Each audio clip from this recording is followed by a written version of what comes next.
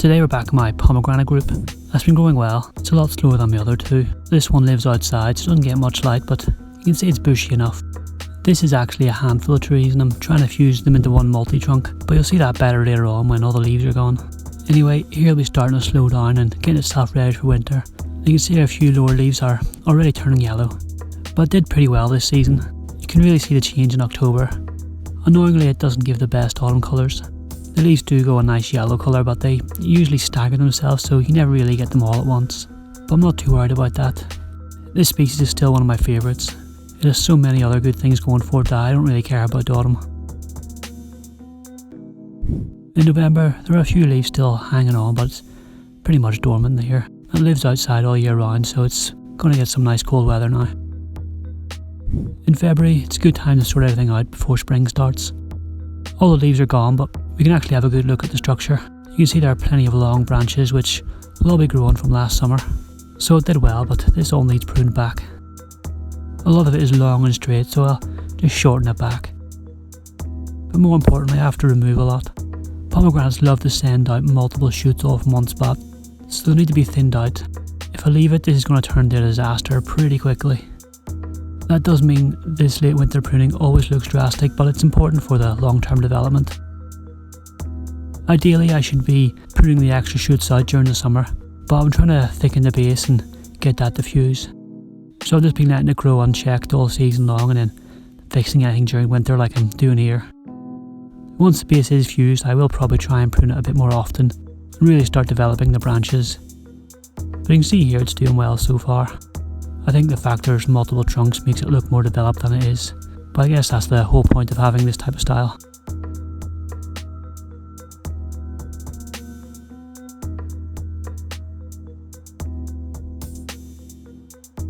So now it's ready for spring, I just have to wait for it to wake up.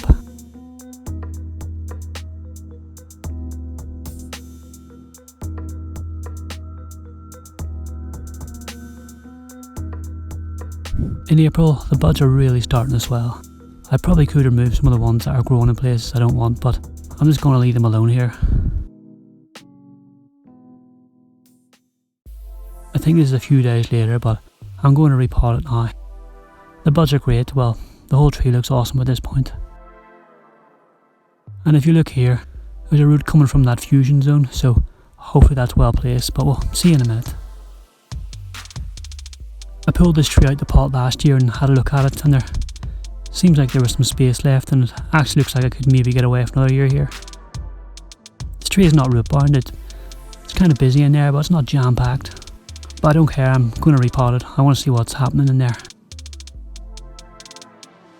So I just loosened everything off, and as you can see the soil is pretty good, there's still plenty of space. This tree being outside definitely slowed down the roots compared to the ones inside, but it's healthy so it's fine.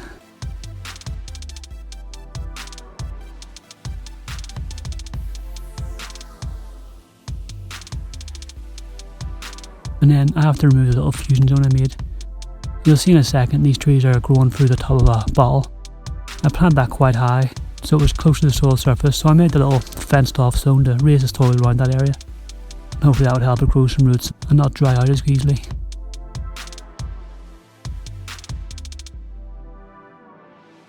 So let's see what's going on here. Is there fusion? And is there roots above the lip of the bottle? Let me bring you in closer and have a look. It's not quite where I want it to be though, but it seems to be going well. There are a few roots going above, so that's great.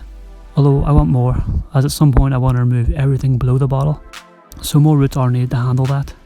But the trunks are looking very squished in there and they're starting to swell, so that's perfect. Here you'll see better. It probably is fused, but I'll give it another year or two and it'll be exactly where I want it to be.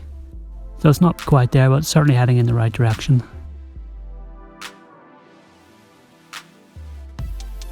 While I've got out the pot, I may as well put in the other roots back to keep things healthy. You can see I just go straight for the chop across. Nothing special, but that'll do the job.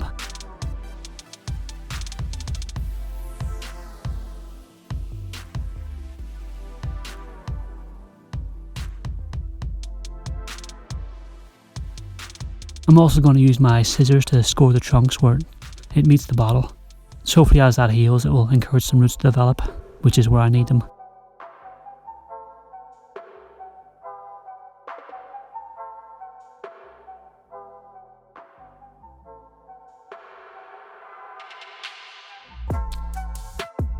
So I'll just stick it back in the same pot and just keep doing what I've been doing. I didn't really know how long this would take, so there's no rush, but it seems to have to wait a while longer, but I think it'll be worth it. I also planted a little deeper this time, so no need for a little fenced area, even if that does look cool.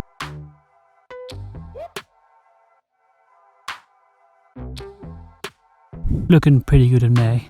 It's waking up and seems happy enough, so hopefully it grows well.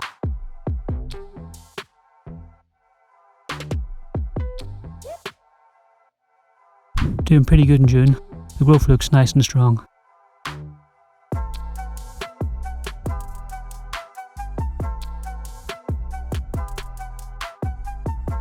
And then here we are now where it's looking fine. It's doing well this year so far.